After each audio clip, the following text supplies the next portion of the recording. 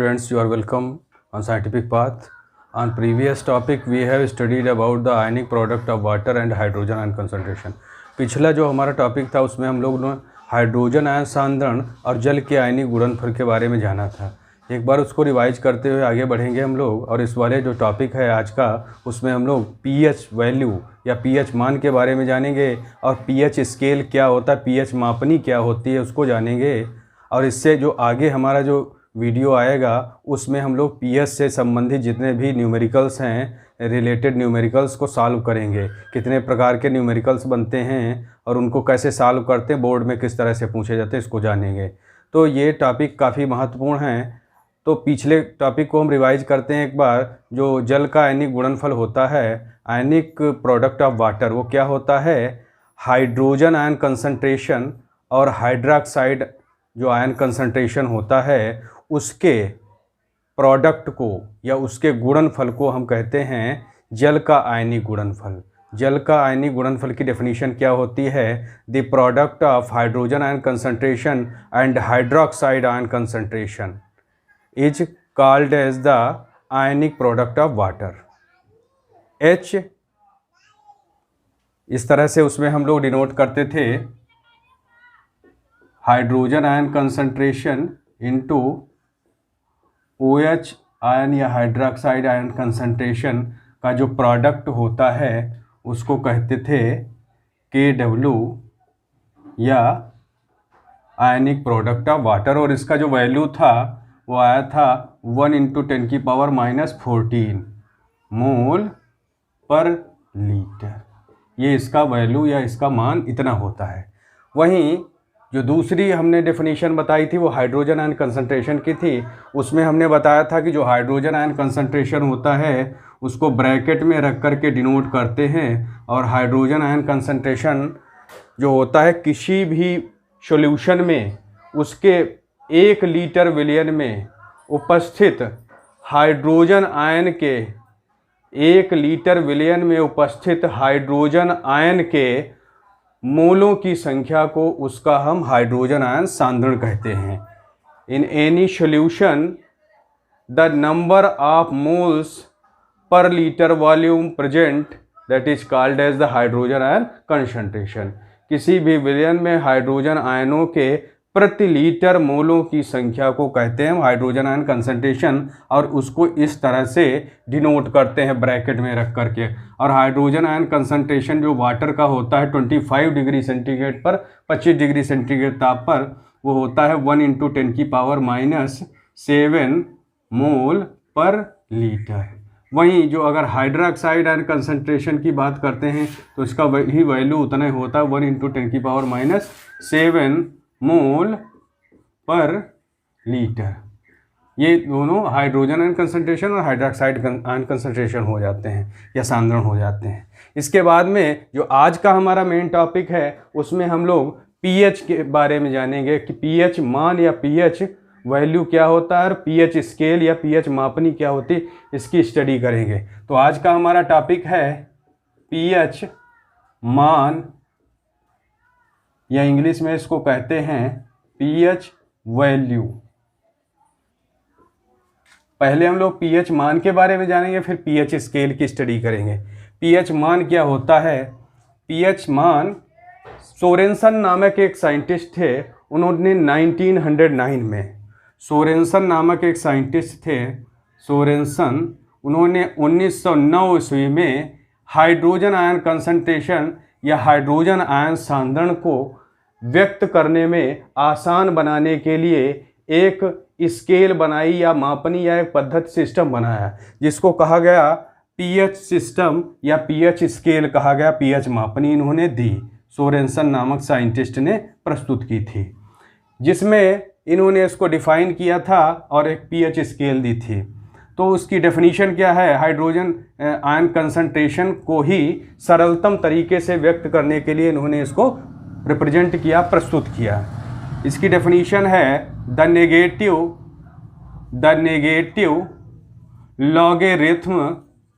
Logarithm of hydrogen ion concentration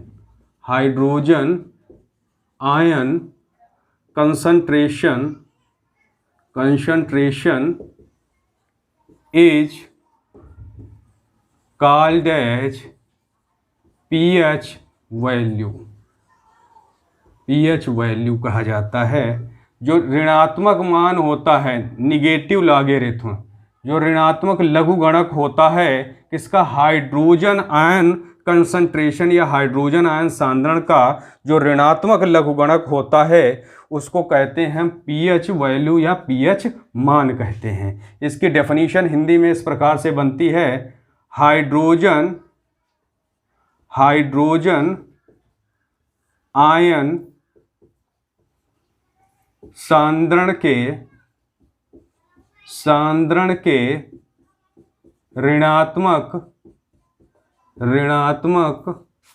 लघुगणक को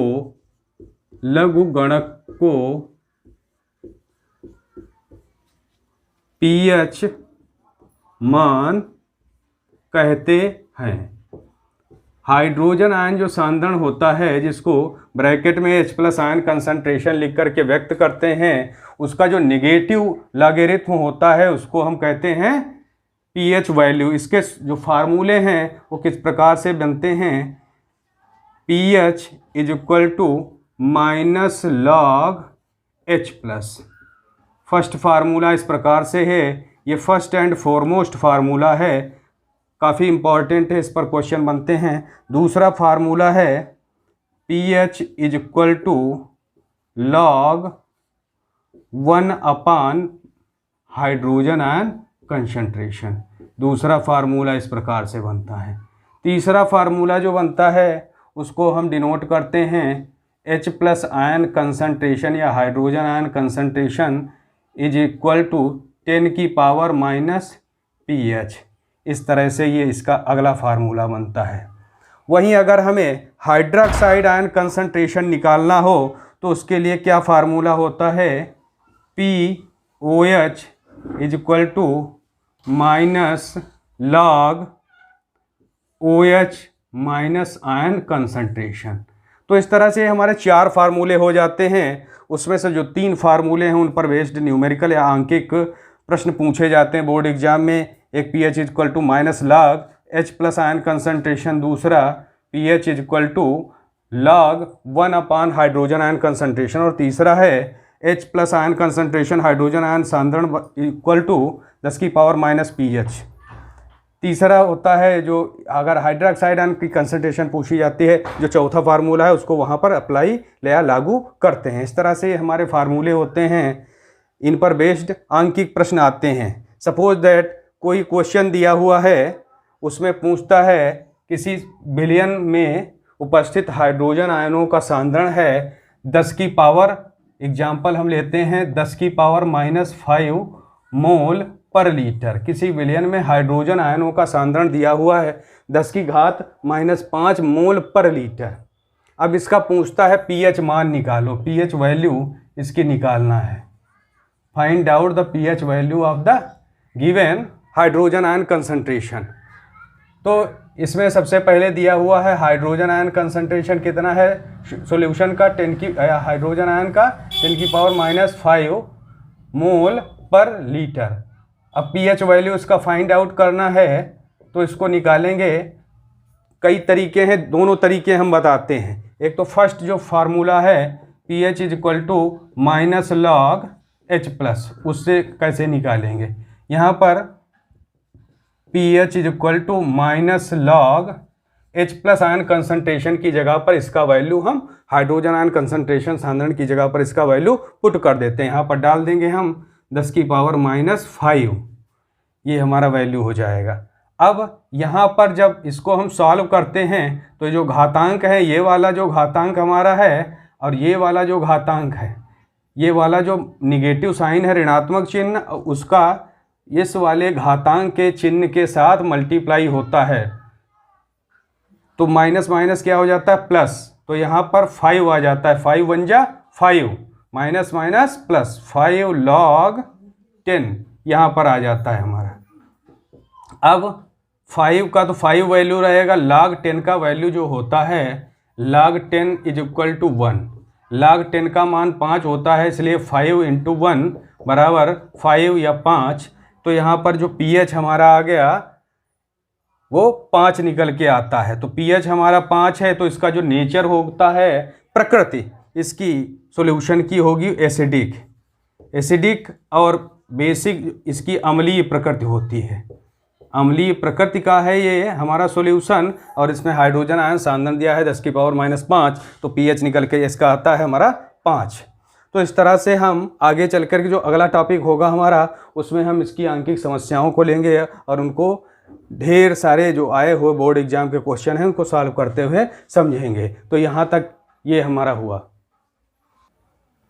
अब हम यहाँ पर इसकी pH स्केल समझते हैं। pH मापनी क्या है और इसको कैसे बनाते हैं। pH स्केल जिसे सोरेनसन ने दिया था, इसको कैसे बनाते हैं और कैसे इसकी स्टडी करते हैं।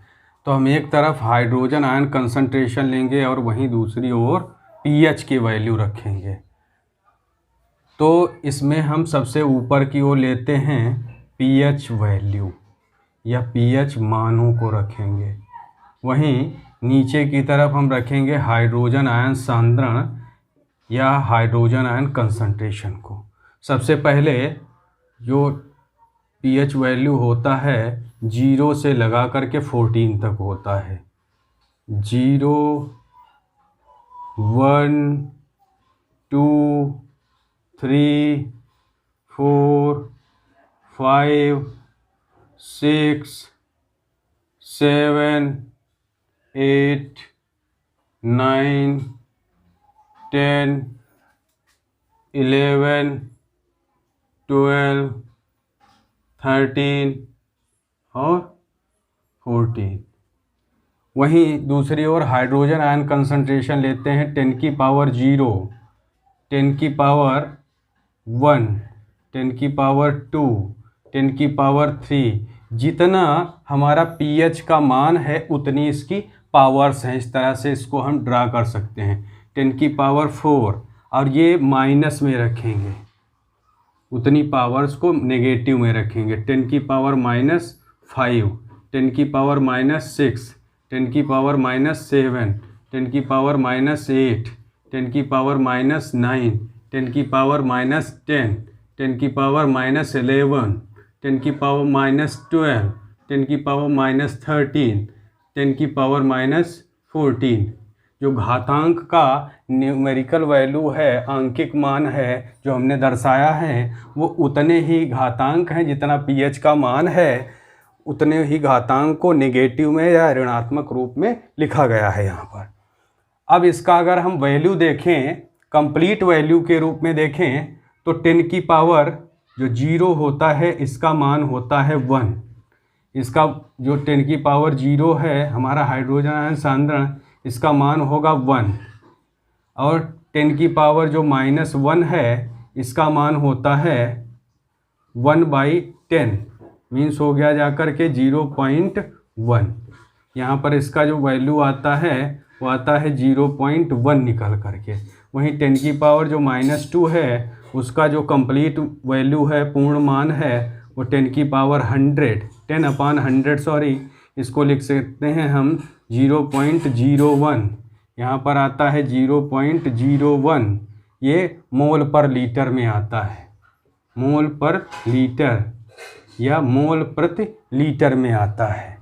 वहीं यहाँ हो जाएगा 0.001, यहाँ हो जाएगा 0.0001, मीन्स चूँकि 10 की पावर -4 है इसलिए 4 डिजिट के बाद डेसिमल लगता है। 1 2 3 4, मतलब 4 अंकों के बाद दशमलव पुट करेंगे। वहीं यहाँ पर 0.00001, यहाँ 5 डिजिट के बाद या 5 अंकों के बाद डेसिमल जाता है। 1 की तो वैल्यू एज इट रहेगी, वैसे ही रहेगी।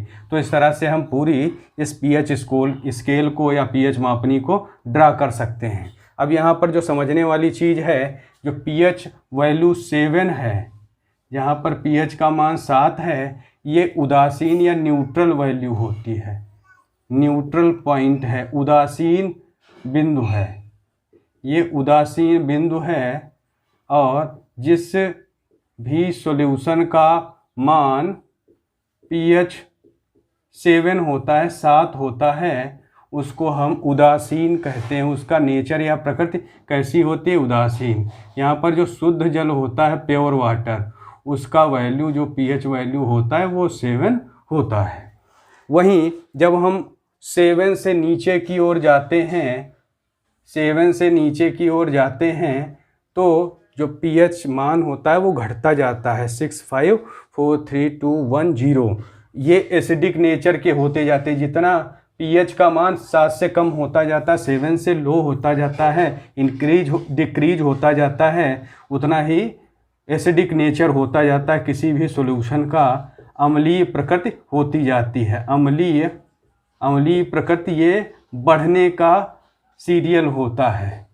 जितना घटेगा pH मान 7 से नीचे, उतना ही अम्लीयता का गुण या एसिडिक नेचर, एसिडिक प्रॉपर्टी किसी भी सॉल्यूशन की इंक्रीज होती जाएगी, बढ़ती जाएगी। वहीं दूसरी ओर 7 से ऊपर की ओर, अबव की ओर जाएंगे तो जो बेसिक नेचर है, क्षारीय प्रकृति है, बेसिक नेचर वो इंक्रीज होता जाएगा, बढ़ेगा, इंक्रीज होगा। बेसिक नेचर जो क्षारीय प्रकृति है वो बढ़ती है किसी भी सॉल्यूशन की। क्षार कैसे होते हैं? कसैले होते हैं स्वाद में। वहीं अम्ल जो होते हैं खट्टे।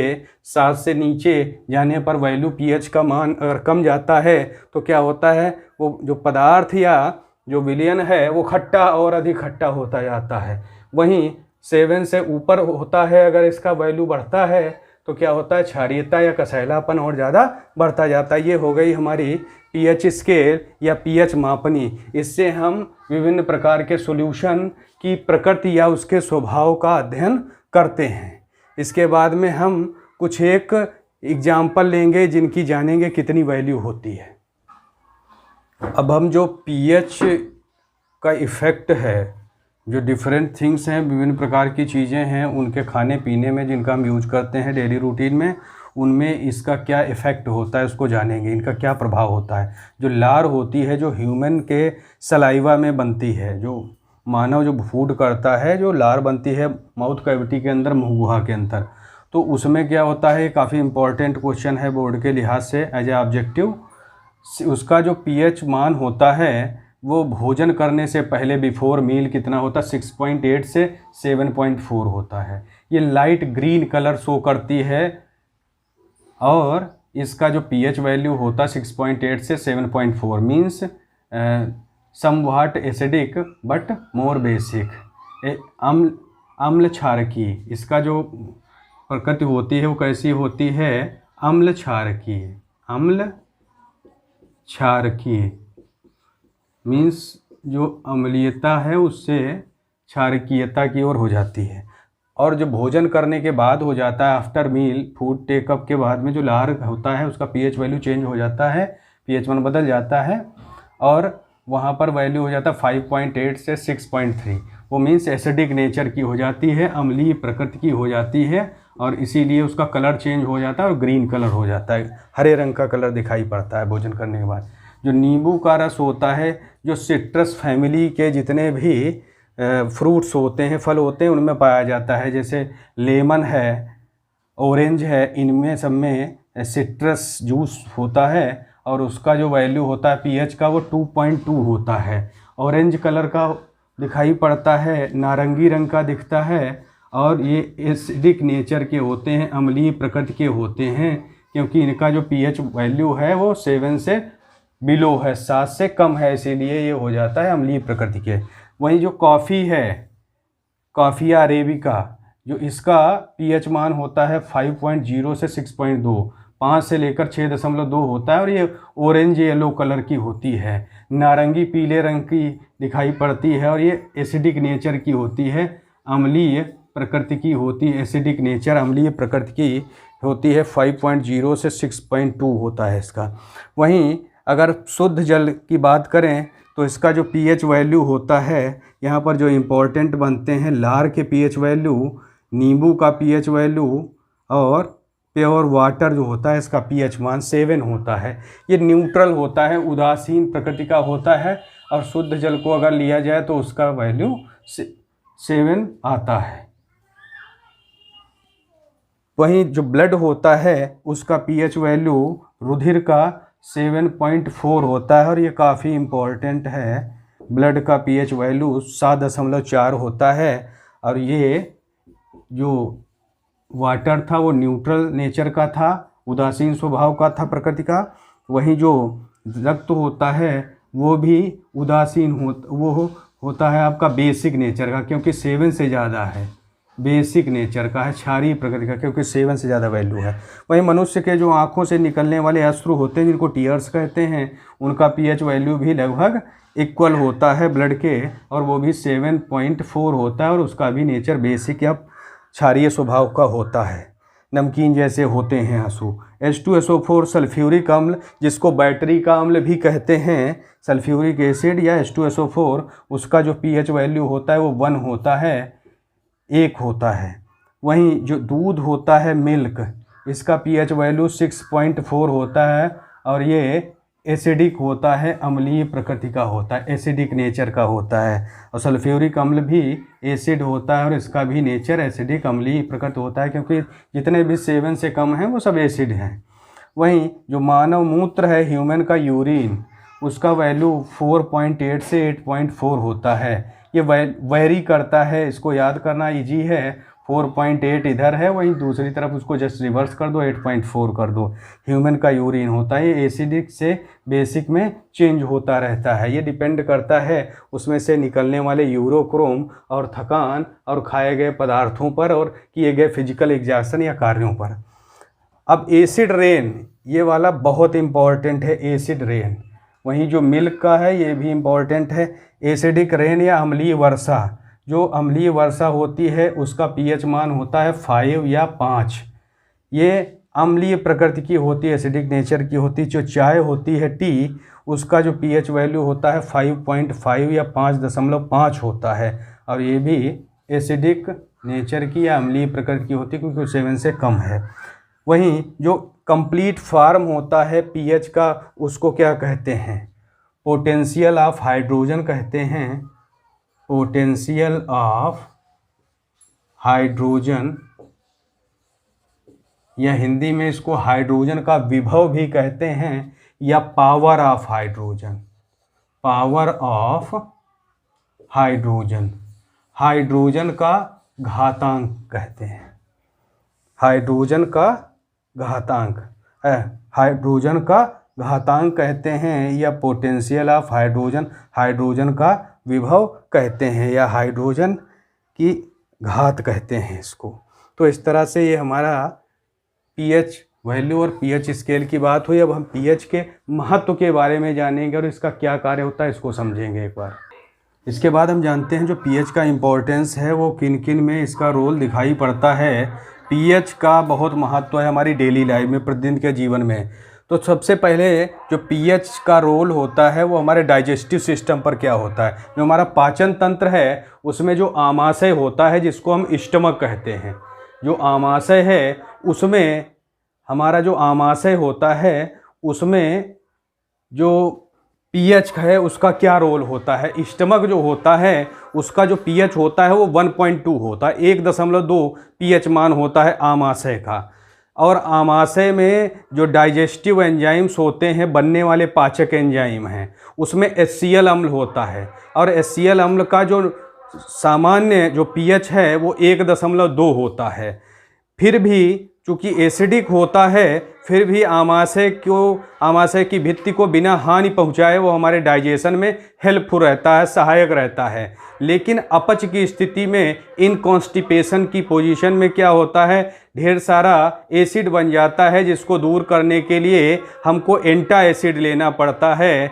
एंटा एसिड लेते हैं, प्रतिक्षारक लेते हैं, और एंटा एसिड में जो मुख्य रूप से उदासीन करने वाले पदार्थ होते हैं, जैसे मैग्नीशिया हाइड्रॉक्साइड या MgOH का होल ट्वाइस, MgOH का whole twice, magnesia hydroxide, magnesia hydroxide, hydroxide, ये एंटा एसिड में पाया जाता है और ये क्षारीय प्रकृति का होता है। हाइड्रोक्साइड होता क्षारीय प्रकृति का होता है और जो अम्लीय प्रभाव है उसको कम कर देता है या उसको खत्म कर देता है। जो इनो वगैरह हम लेते हैं उनमें ये हाइड्रोक्साइड MgOH का होल ट्वाइस अधिक मात्रा में पाया जाता है, इसका उपयोग करते हैं। वहीं जो pH परिवर्तन होता है ये हमारे टूथ जो होते हैं दांतों का क्षरण करता है। Tooth decay due to the pH change, दांतों का क्षरण होने लगता है pH परिवर्तन के कारण, क्योंकि जो दांत होते हैं उसमें जो ऊपर की एक कठोर परत होती है जिसको इनेमल कहते हैं, वो कैल्शियम और फास्फेट की बनी हुई पाई जाती है। और जब pH का मान कम हो जाता है माउथ कैविटी में या दांतों पर तो क्या होता है, दांतों का क्षरण होने लगता है। 5.5 से यदि कम हो जाता है pH वैल्यू माउथ कैविटी या दांतों का तो क्या होता है 5.5 से कम वैल्यू होने पर दांतों का डीके होने लगता है, धीरे धीरे गलने या क्षय होने लगते हैं। इसलिए दांतों को साफ किया जाता है। जब भी हम फूड टेकअप करते हैं ये बनता कैसे है, वहाँ पर एसिडिक वैल्यू कैसे, एसिड मीडियम कैसे हो जाता है, जब हम भोजन करने के बाद में या मीठी चीज़ों को खाने के बाद में कार्बोहाइड्रेट और जो फैट्स वगैरह है उसके कण, शुगर वगैरह के कण चिपके रह जाते हैं दांतों की सरफेस पर, सतह पर, और वो धीरे धीरे सड़ने लगते हैं। जब सड़ने लगते हैं तो बैक्टीरिया उत्पन्न हो जाते हैं उन पदार्थों से, जिसके कारण जो टीथ हैं या टूथ हैं वो डिके होने लगते हैं, क्षय होने लगते हैं, और ये क्षय के कारण एसिड बन जाता है और इसके कारण जो दांत हैं उसकी जो इनेमल लेयर है वो धीरे धीरे गलने लगती है। इसीलिए कहा जाता है आफ्टर फूड जो होता है वो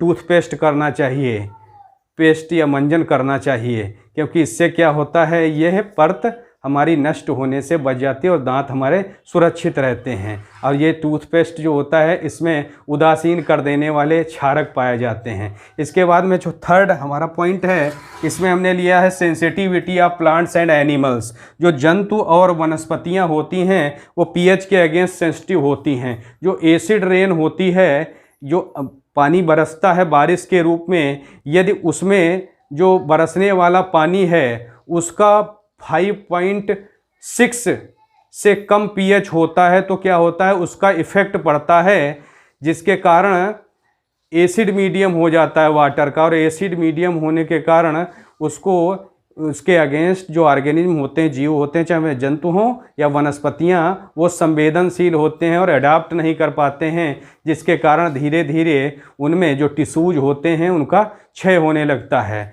और जो एक नॉर्मल ह्यूमन बॉडी है उसमें जो 7.0 से 7.8 होना चाहिए इसका pH वैल्यू। 7 से लेकर के 7.8 pH मान होने पर बॉडी का किसी भी ऑर्गेनिज्म का, चाहे वह जंतु हो या वनस्पति, वो सुखपूर्वक ईजी वे में रह पाता है या जी पाता है। इसलिए इतना वैल्यू होना चाहिए। और इसलिए pH का बहुत बुरा असर होता है। जो जीव जंतु होते हैं उनका जीवित रह पाना मुश्किल हो जाता है यदि एसिडिक मीडियम ज़्यादा होता है, 5.6 से कम होता है pH का मान, तो ऐसी स्थिति आती है। कभी कभार एसिड रेन होने पर जीव जंतुओं के शरीर पर फफोले जैसे पड़ जाते हैं जब ज़्यादा एसिड का pH मान होता है या एसिडिक मीडियम होता है बारिश के जल में। इसके बाद में जो लास्ट पॉइंट है वो हम देखते हैं। जो सेल्फ डिफेंस होता है, ऑटो इम्यून सिस्टम होता है ऑर्गेनिज्म का, जो केमिकल्स, इसीलिए ये अपने अंदर केमिकल्स बना देते हैं। pH के अगेंस्ट इनका ऑटो इम्यून सिस्टम होता है। पौधे और जीव जंतु जो होते हैं इनके अंदर आत्मरक्षा करने के एक प्रक्रिया पाई जाती है। जो केमिकल्स होते हैं उनके इफ़ेक्ट को ये नॉर्मल कर देते हैं या उससे अपनी आत्मरक्षा कर लेते हैं। होता क्या है, विभिन्न प्रकार के जीव जंतु, जैसे हम देखें तो बिच्छू बूटी एक कहा जाता है पौधा होता है जिसको नेटल कहते हैं। बिच्छू बूटी या नेटल कहते हैं। इसमें इसके जो सरफेस होती है पत्तियों की सतह पर रोम जैसे, बाल जैसे, रोएं जैसे पाए जाते हैं। जब वे त्वचा पर लग जाते हैं तो खुजली या जलन जैसी होने लगती है। वहीं जो बर्र होती हैं जिनको वैस्प कहते हैं, बर्र या वैस्प कहते हैं। दूसरी हनी बी जो शहद वाली मक्खी होती है उसके, और जो आंट होती है चींटी, उनके काटने पर एक प्रकार का जो अम्ल होता है वो जिसको कहते हैं फार्मिक अम्ल, HCOOH, फार्मिक एसिड या मेथनोइक एसिड कहते हैं, उनके काटने पर उनसे जनरेट होता है और उसके प्रभाव के कारण हमको जलन या खुजली जैसी होने लगती है, वहाँ पर दर्द या चुभन जैसी होने लगती है। अब उससे बचाव के लिए क्या करते हैं हम, वहाँ पर बेकिंग सोडा या NaHCO3 सोडियम बाइकार्बोनेट लगाते हैं काटे गए स्थान पर। जब ये वैस्प बर्र काट लेती हैं या हनी भी शहद वाली मक्खी काटती है या आंट काटती है या बिच्छू बूटी नेटल जो होता है प्लांट वो चिढ़ जाता है, कहीं पर लग जाता है, तो इससे बचाव के लिए ये डिफेंस मैकेनिज्म इन केमिकल्स के अगेंस्ट क्या करता है, एक प्रकार का बेसिक मीडियम बना देता है और एसिड बेस मिलकर एक दूसरे के इफेक्ट को न्यूट्रल कर देते हैं, उदासीन कर देते हैं एक दूसरे के प्रभाव को, जिसके कारण क्या होता है वो कंडीशन नॉर्मल हो जाती है। इसलिए ये हो गया हमारा पीएच वैल्यू, पीएच स्केल और पीएच का जो इम्पोर्टेंस है डेली लाइफ में, पीएच का महत्व है, इसको हमने इसमें रखा। जो अगला हमारा टॉपिक होगा उसमें हम लोग पीएच मान से बनने वाली आंकिक समस्याओं को लेंगे, इसलिए उसको देखिएगा।